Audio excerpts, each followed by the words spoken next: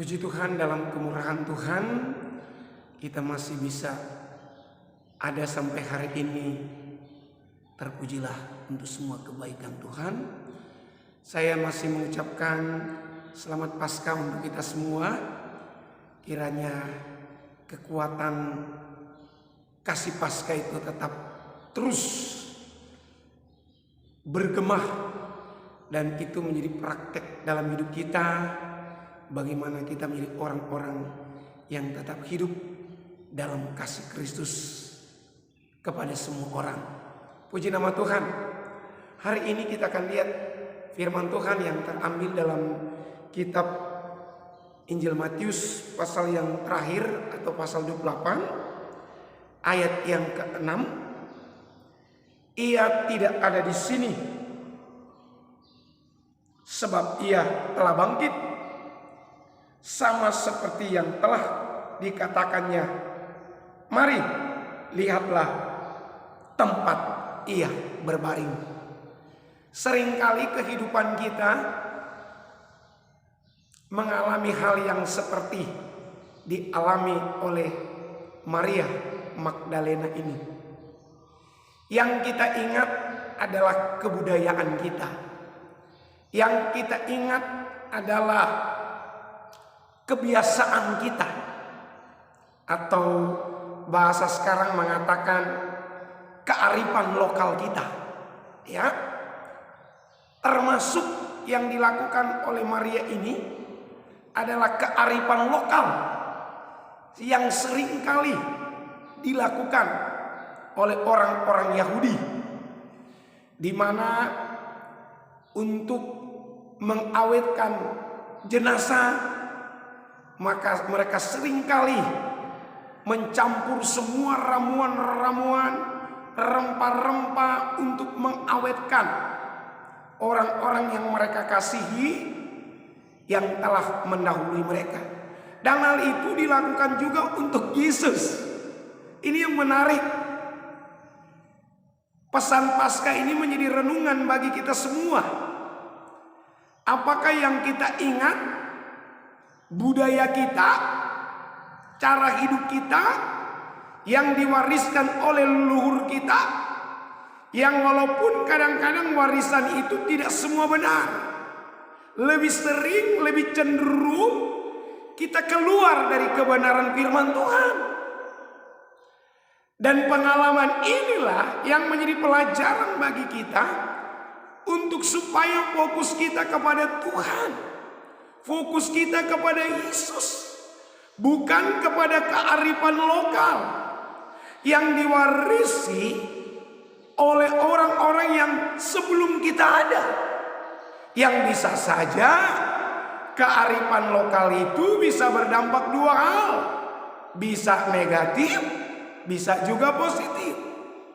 Tetapi pengaruh dari warisan firman Allah itu hanya satu dampaknya.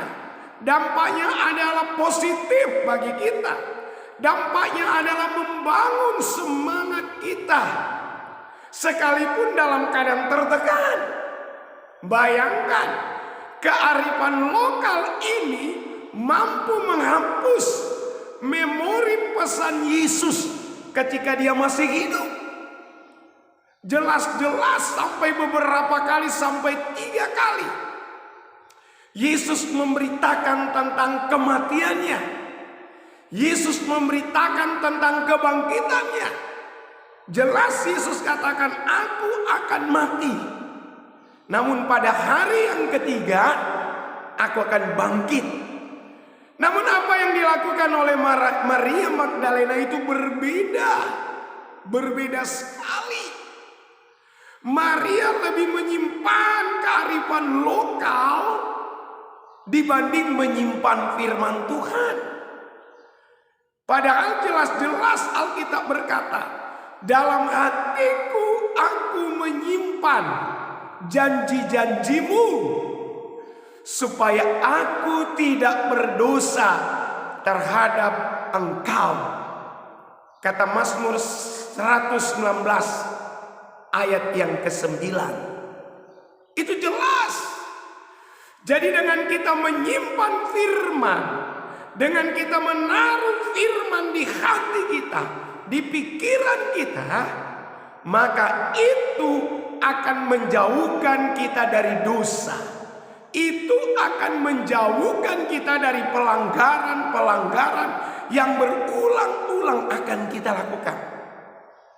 Namun sebaliknya, ketika kita cenderung kepada kearifan lokal, cenderung kepada budaya yang diturunkan oleh nenek moyang kita, konsekuensinya adalah seperti Maria ini, membawa rempah-rempah, bukan untuk memastikan Yesus bangkit, karena itu pesan Yesus, tetapi mereka datang dengan mengawetkan, dengan tujuan supaya mayat Yesus tetap ada di situ.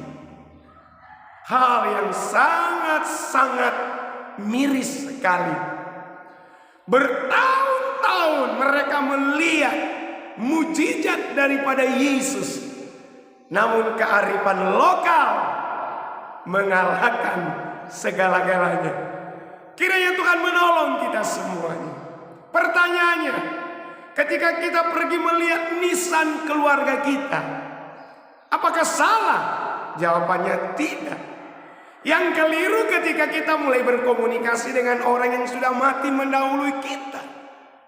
Seperti kebiasaan suku saya, ketika berangkat dan melihat nisan dari papa mamanya, seringkali ada dialog di sana.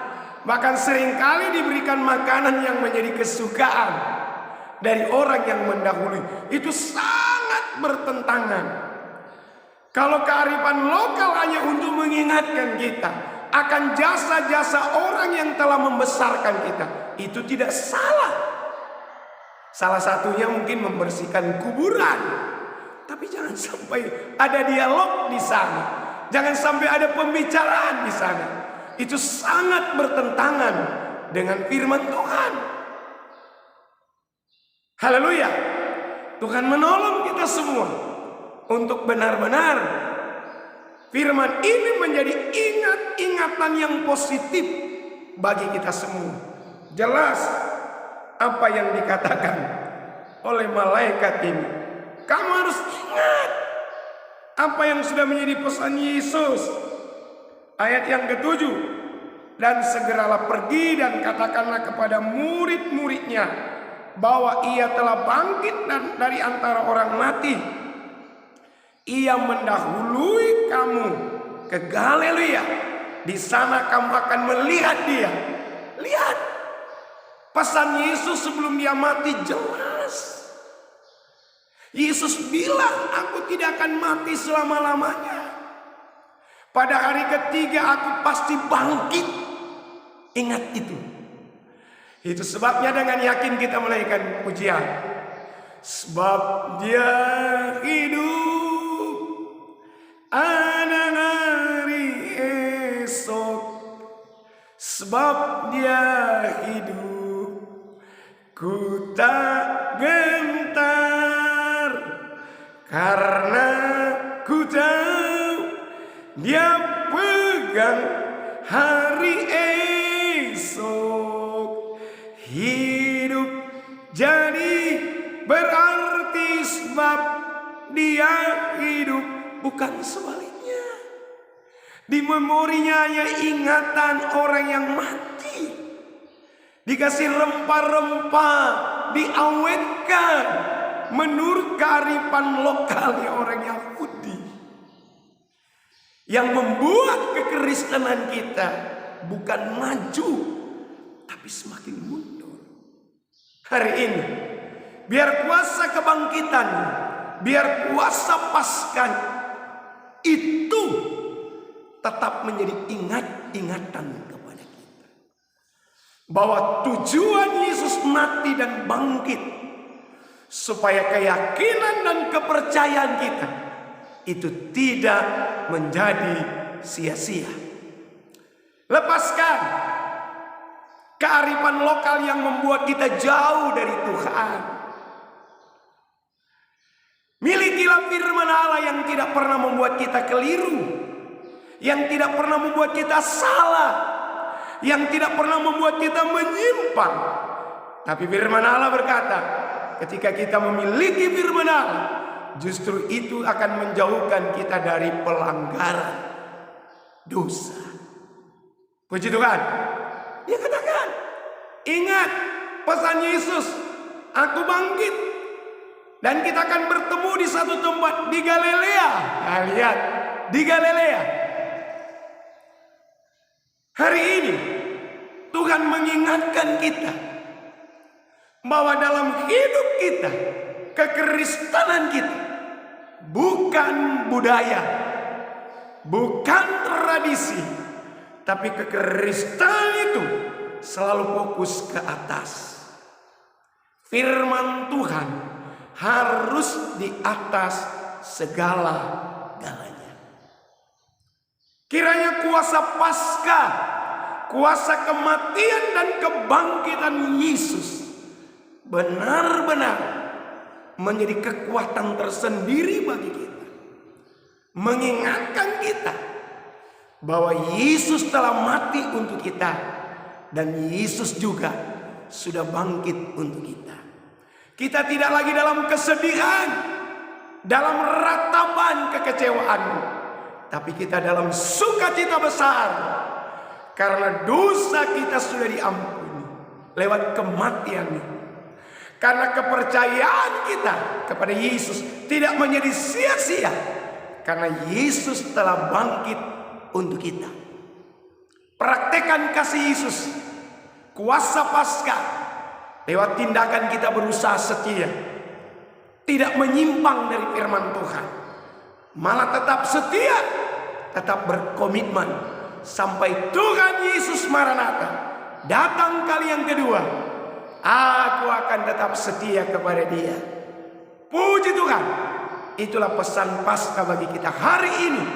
Kearifan lokal boleh kita miliki, tapi jangan sampai kearifan lokal itu membuat kita menyimpang dari firman Tuhan.